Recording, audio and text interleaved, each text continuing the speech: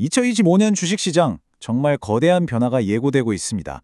하나증권에서 초주식 시대가 열렸다 이렇게 선언을 했거든요.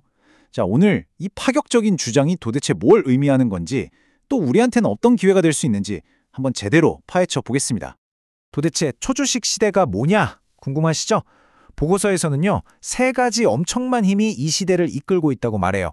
그래서 이번 시간에는 이 힘이 뭔지, 그리고 시장을 움직이는 동력은 뭔지, 마지막으로 이 시대에 우리가 어떻게 살아남아야 할지 그 세 가지 핵심 전략까지 싹 다 정리해 드릴게요.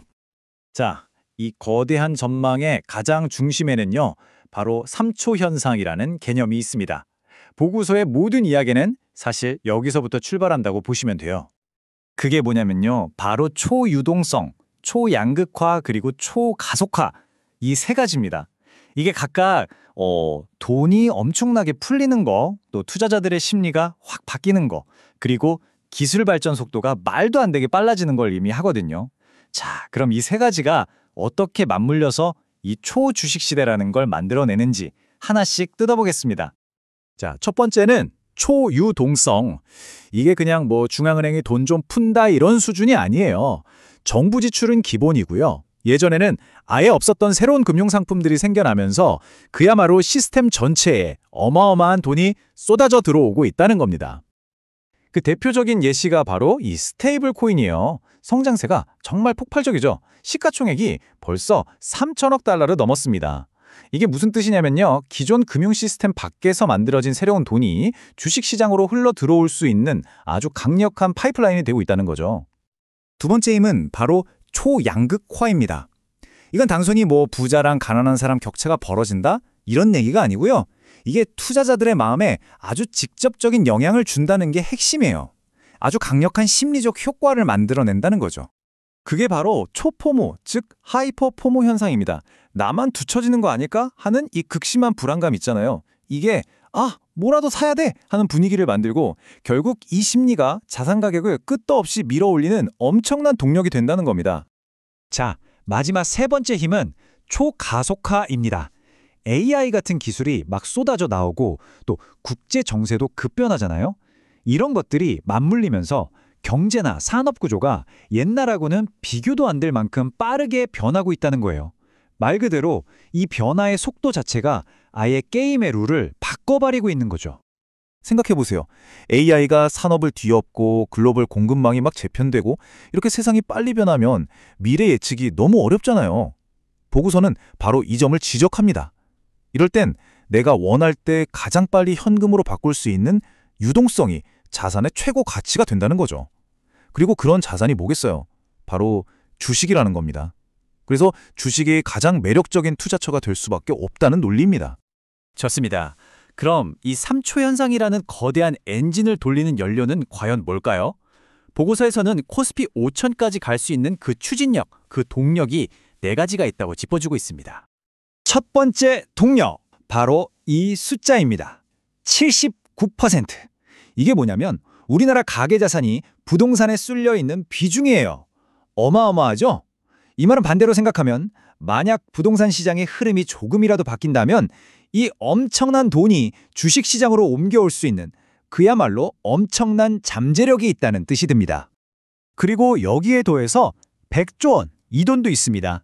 이건 투자자들이 나 주식 살 거야 하고 맡겨둔 돈, 그러니까 고객예탁금 규모거든요. 부동산에서 돈이 넘어오길 기다릴 필요도 없이 이미 역사상 최고 수준의 현금이 말 그대로 실탄처럼 꽉 장전되어 있다는 얘기입니다. 세 번째 추진력은 바로 정부 정책입니다. 요즘 기업 밸류업 프로그램 같은 거 많이 들어보셨죠? 이렇게 주주 가치를 올리고 증시를 띄우려는 정책들이 계속 나오면서 돈이 주식시장 쪽으로 흐르도록 바람을 팍팍 불어넣어주고 있는 거죠.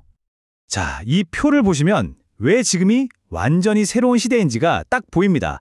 80년대 3조 호황 때나 2000년대 바이코리아 랠리 때랑 한번 비교해보세요. 과거에는 뭐 금리나 육아 같은 특정 환경 또는 IT 같은 산업 사이클에 기댔잖아요. 그런데 지금의 3초 시대는요, 초유동성이랑 AI라는 아예 차원이 다른 훨씬 근본적인 힘이 시장을 움직이고 있다는 겁니다. 이게 핵심이에요. 자, 그럼 이렇게 크고 또 정신없이 빠르게 변하는 시장에서 우리 투자자들은 도대체 어떻게 해야 할까요?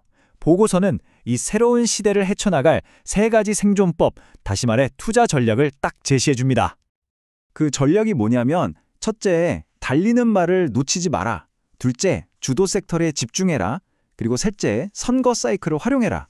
이 3가지 원칙은 결국 시장의 큰 흐름을 따르고 그 안에서 진짜 이기는 놈을 찾고 또 정치적인 변화까지 기회로 삼으라는 얘기입니다. 첫 번째 원칙, 여전히 주도주를 산다. 아주 간단하죠. 근데 이게 제일 중요합니다. 이 초가속화 시대에 결국 누가 이기겠어요? AI, 반도체, 이런 가장 강력한 흐름을 거스리려고 하지 말고 그냥 그 파도에 올라타라는 겁니다.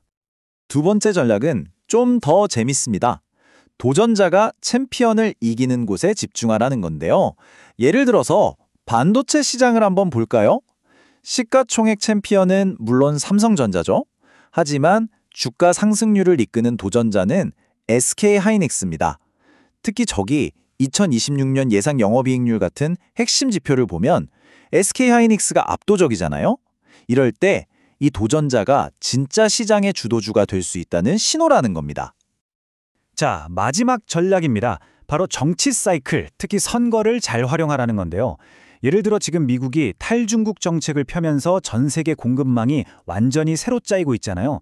그래서 보시는 것처럼 중국 물건이 아프리카를 거쳐서 미국으로 들어가는 이런 복잡한 우회 무역 같은 게 생겨나고 있어요.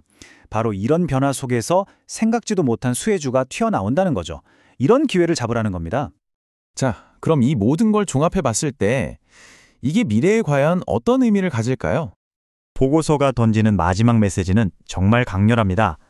한 단계 위로 올라서는 시장에서 망설임은 곧 기회비용이 된다.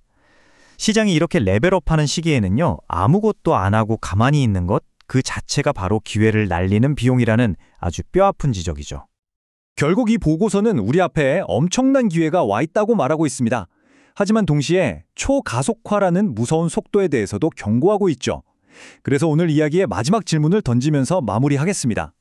모든 것이 이렇게 빨리 변하는 새로운 시대에 어쩌면 가장 큰 리스크는 행동하지 않는 것, 바로 망설임, 그 자체가 아닐까요?